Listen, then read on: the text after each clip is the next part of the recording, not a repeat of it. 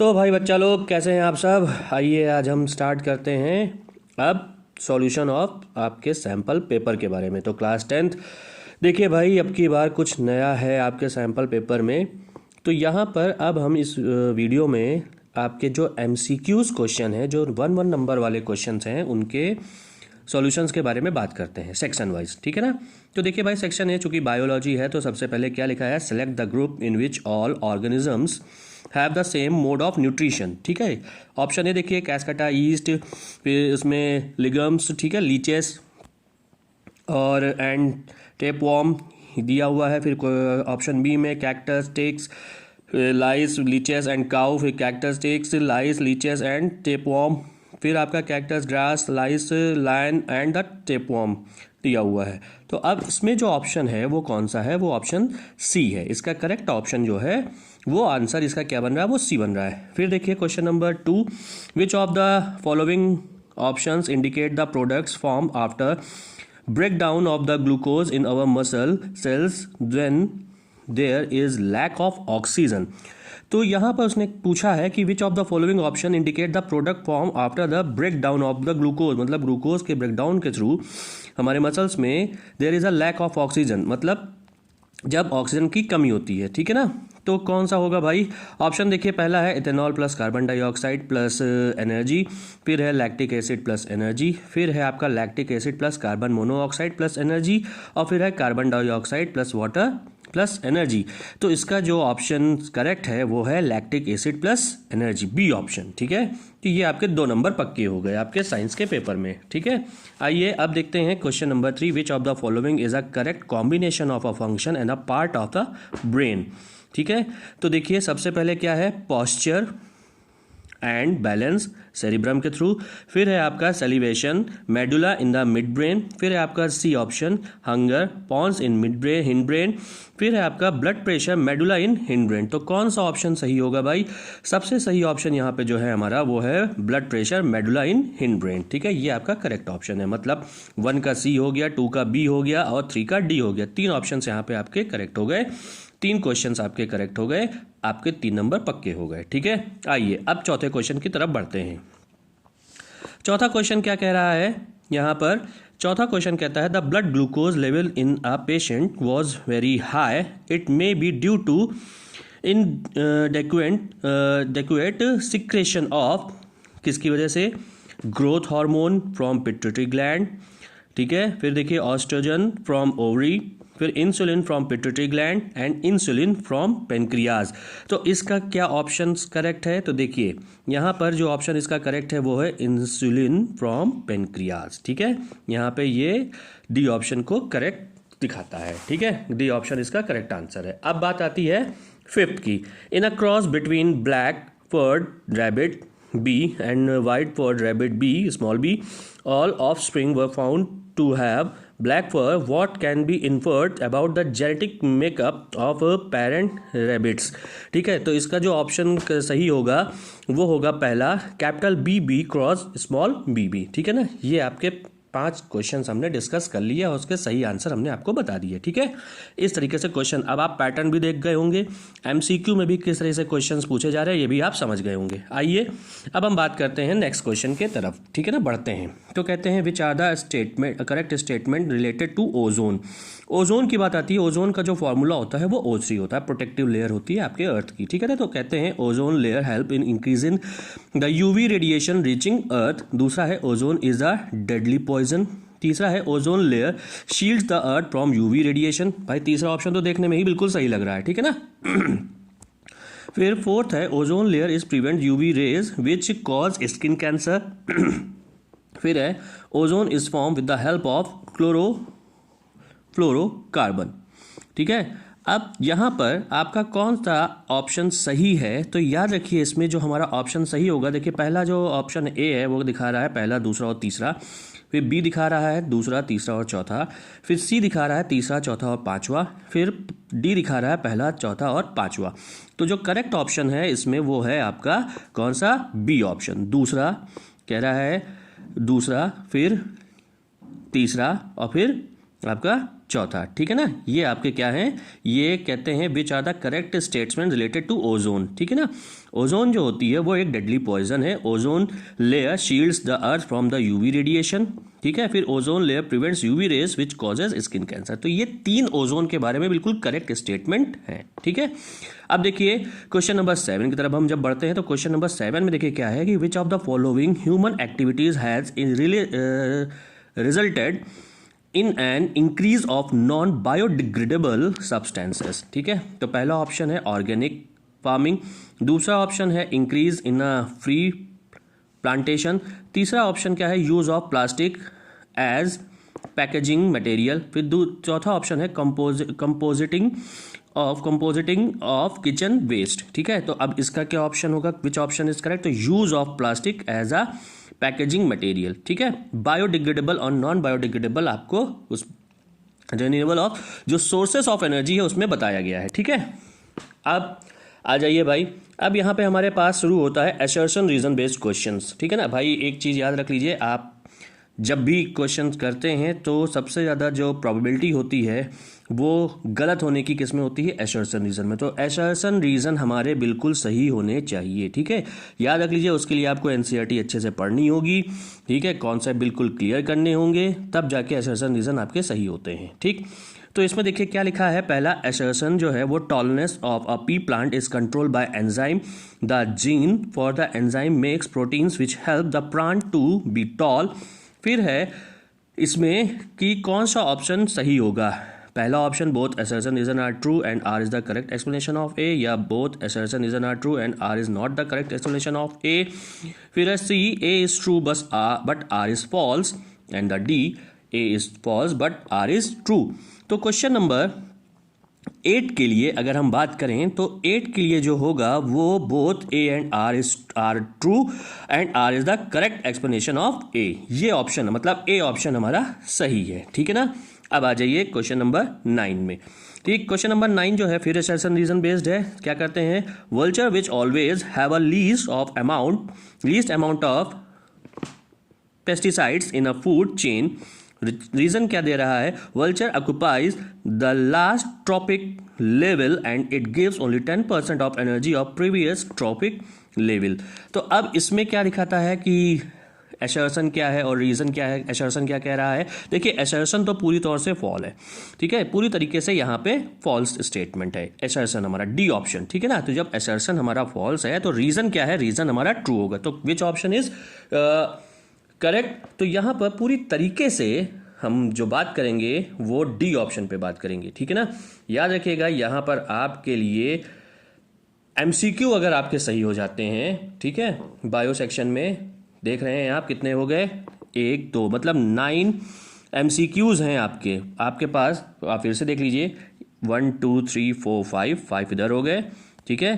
फिर 6 7 8 9 एमसीक्यूज हो गए। अगर ये 9 एमसीक्यूज आपके सही हो जाते हैं तो आप 30 में 9 एमसीक्यू सही करके आप कहीं से भी एक नंबर वाले क्वेश्चंस को गलत नहीं कर पाएंगे। और प्लस पॉइंट आपका ये रहेगा कि एक नंबर जो कट जाता है जिससे हमारे परसेंटेज घट जाते हैं। हम जब 80 में बात करते हैं तो वहाँ पे हमारे छोटे छोटे मार्क्स जब डिडक्ट हो जाते हैं तो वहीं से हमारी परसेंटेज रैंक जो कट जाती है उस पर हम कमांड कर ले जाएंगे, ठीक है। तो ये मैंने आपको बायो सेक्शन की बात कर ली, ठीक है। अब जब हमने बायो सेक्शन की बात कर ली, अब हम बढ़ते हैं अपने नेक्स्ट केमिस्ट्री के पोर्शन की तरफ। देखिए केमिस्ट्री के पोर्शन की तरफ जब बढ़ेंगे तो सेक्शन बी जो है वो हमारा केमिस्ट्री का है। और केमिस्ट्री में पहला क्वेश्चन है, विच of the following equations represent redox reaction. देखिए रिडॉक्स का मतलब क्या होता है, रिडॉक्स का मतलब होता है इसमें oxidation as well as reduction दोनों हो, ठीक है ना। तो redox reaction and what are the values of P and Q in these equation. तो अब यहाँ पर आपको एक चीज़ समझना पड़ेगा, क्योंकि ये इक्वेशंस दी हुई हैं, इक्वेशंस को अगर आप यहाँ पर देखें तो इक्वेशन क्या है। पहली इक्वेशन देखिए Fe2O3 + 2Al, ठीक है ना। Fe2O फेरिक ऑक्साइड आपकी है, एल्यूमिनियम के साथ रिएक्ट कर रही है, एल्यूमिनियम और आपका ऑक्साइड बना है Al2O3, और साथ ही साथ यहाँ पर आपका आयरन अलग निकल चुका, साथ ही साथ हीट के साथ, ठीक है। अब इक्वेशन नंबर 2 है, तो C2H4 10 + 13O2, ठीक है।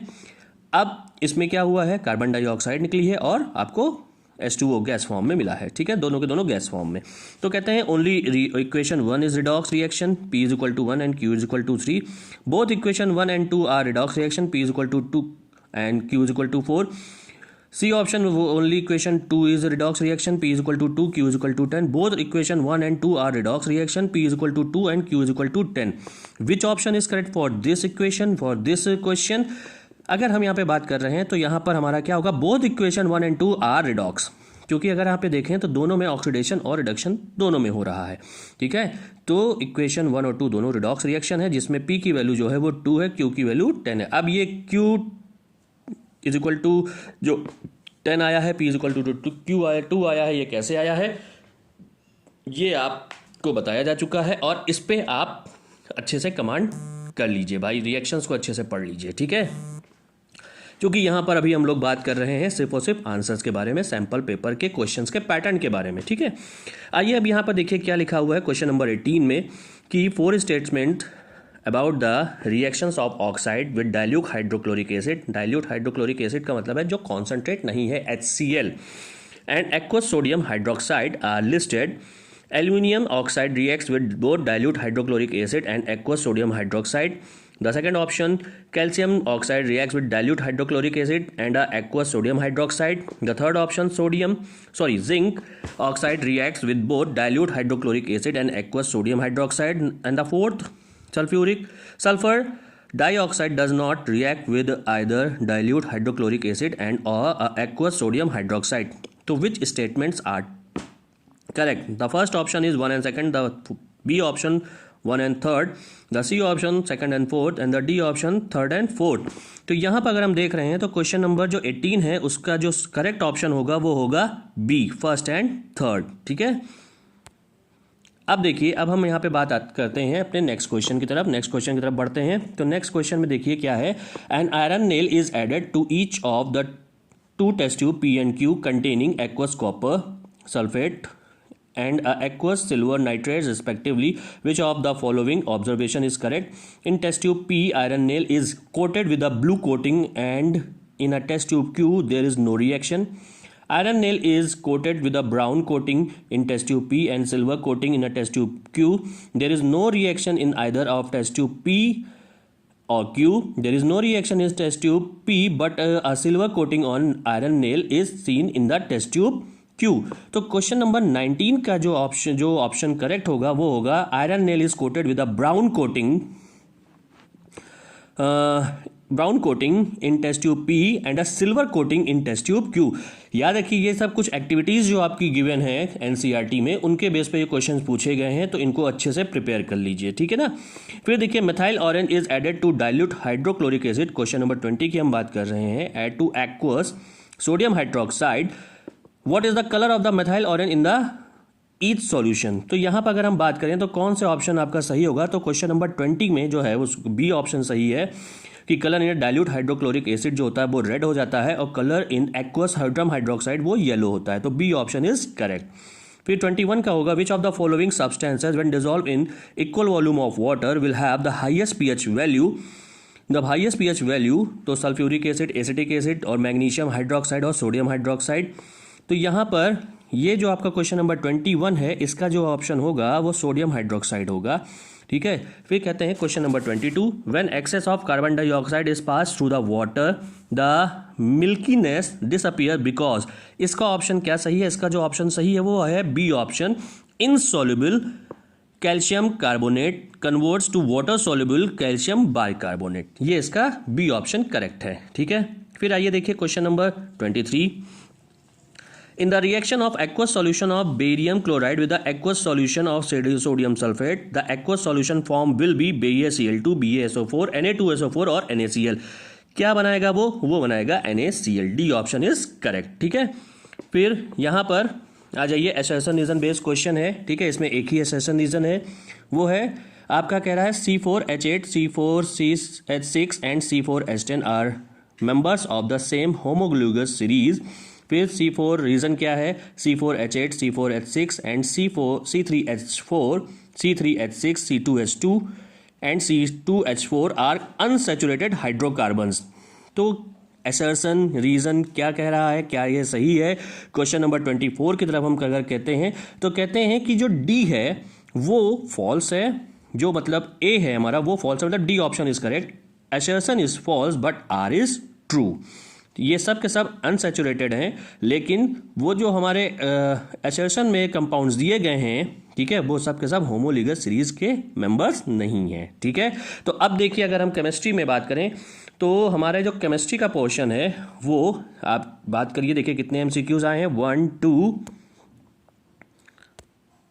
3 4 5 6 7 8 एमसीक्यूज आपके आ गए केमिस्ट्री में, मतलब 9 और 8। ठीक है, उधर 9 आपके बायोलॉजी में, 8 एमसीक्यूज आपके केमिस्ट्री में।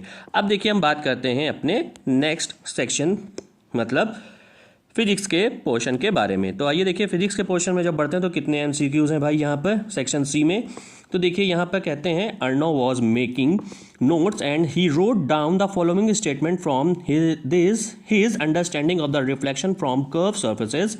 ठीक है, concave mirror can produce both real and virtual image depending on the position of object. देखिए कॉनकेव मिरर जो होता है वो कन्वर्जिंग मिरर होता है, इतना याद रखिएगा। ठीक है ना, कन्वर्जिंग मिरर जो होता है वो क्या काम करता है, उसमें रियल और वर्चुअल इमेज बनती है। रियल इमेज तो उसमें 100% बनती है। ठीक है, वर्चुअल इमेज जब बनती है तो वो क्या बनती है, बिहाइंड द मिरर बनती है। ठीक है, फिर ये कहते हैं convex mirror always produce real inverted and images regardless of the object position. अब देखिए कॉन्वेक्स मिरर जो होता है वो डाइवर्जिंग होता है, कॉन्वेक्स मिरर में कभी भी रियल इमेज नहीं बनती। ठीक, तो ऑप्शन सेकंड तो हो गया हमारा फॉल्स। अब कहते हैं in both concave and convex mirror the image location can be determined using the formula 1/f is equal to 1/v plus 1/u, where f is the focal length, v is the image distance and u is the object distance. ठीक है ना, अब एक चीज समझ लीजिए, यहाँ पर जो आपका पहला ऑप्शन है वो तो बिल्कुल सही कह रहा है। ठीक है, पहला ऑप्शन जो है वो बिल्कुल सही कह रहा है। अब दूसरा ऑप्शन चूंकि गलत है तो बचा कौन सा ऑप्शन, बचा आपका थर्ड ऑप्शन। तो पहला और आपका तीसरा ऑप्शन बिल्कुल सही है, मतलब ऑप्शन डी करेक्ट है। ठीक है ना, फिर देखिए क्या है, choose the correct option from the below which explain the reason for us to perceive the day sky as blue as sunlight passes through the atmosphere shorter wavelength such as blue are scattered more than the other colors। ठीक है, blue are scattered more than the other colors। अब यहाँ पे याद रखिएगा कि जब भी आपको स्कैटरिंग का फिनोमेना पढ़ना हो तो रेले ने एक स्कैटरिंग का फिनोमेना दिया था, और याद रखिए कि जो ब्लू कलर है वो आपका मोर स्कैटर्ड हो जाता है। तो पहला ही ऑप्शन यहाँ पे क्या है, सही है। ठीक है ना, पहला ही ऑप्शन सही है यहाँ पे। ठीक, बाकी आपको ज़्यादा ऑप्शन पढ़ने हैं क्योंकि यहाँ पर आप देख रहे हैं तो जो as sunlight passes through the atmosphere shorter wavelength such as blue are scattered more than the other colour, इसी में आपका आंसर निकल के आ जाता है। ओके, अब देखिए यहाँ पर सीधे असर्शन रीजन आ गया। असर्शन रीजन क्या कह रहा है, and point object is placed at a distance of 26 centimetre from a convex mirror of focal length 26 centimetre, the image will not form at infinity, the image will not form at infinity. ठीक है भाई, अगर देखा जाए तो एक point object है जो कि कहाँ पे रखा हुआ है, 26 centimetre from a convex mirror. ठीक, फोकल लेंथ, जो कि फोकल लेंथ खुद ही उसकी 26 सेंटीमीटर है, ऑब्जेक्ट डिस्टेंस भी उसकी 26 सेंटीमीटर है। तो उसने कहा है कि image will not form at infinity, तो assertion is true for above given the system 1/f is equal to 1/v plus 1/u give v is equal to infinity.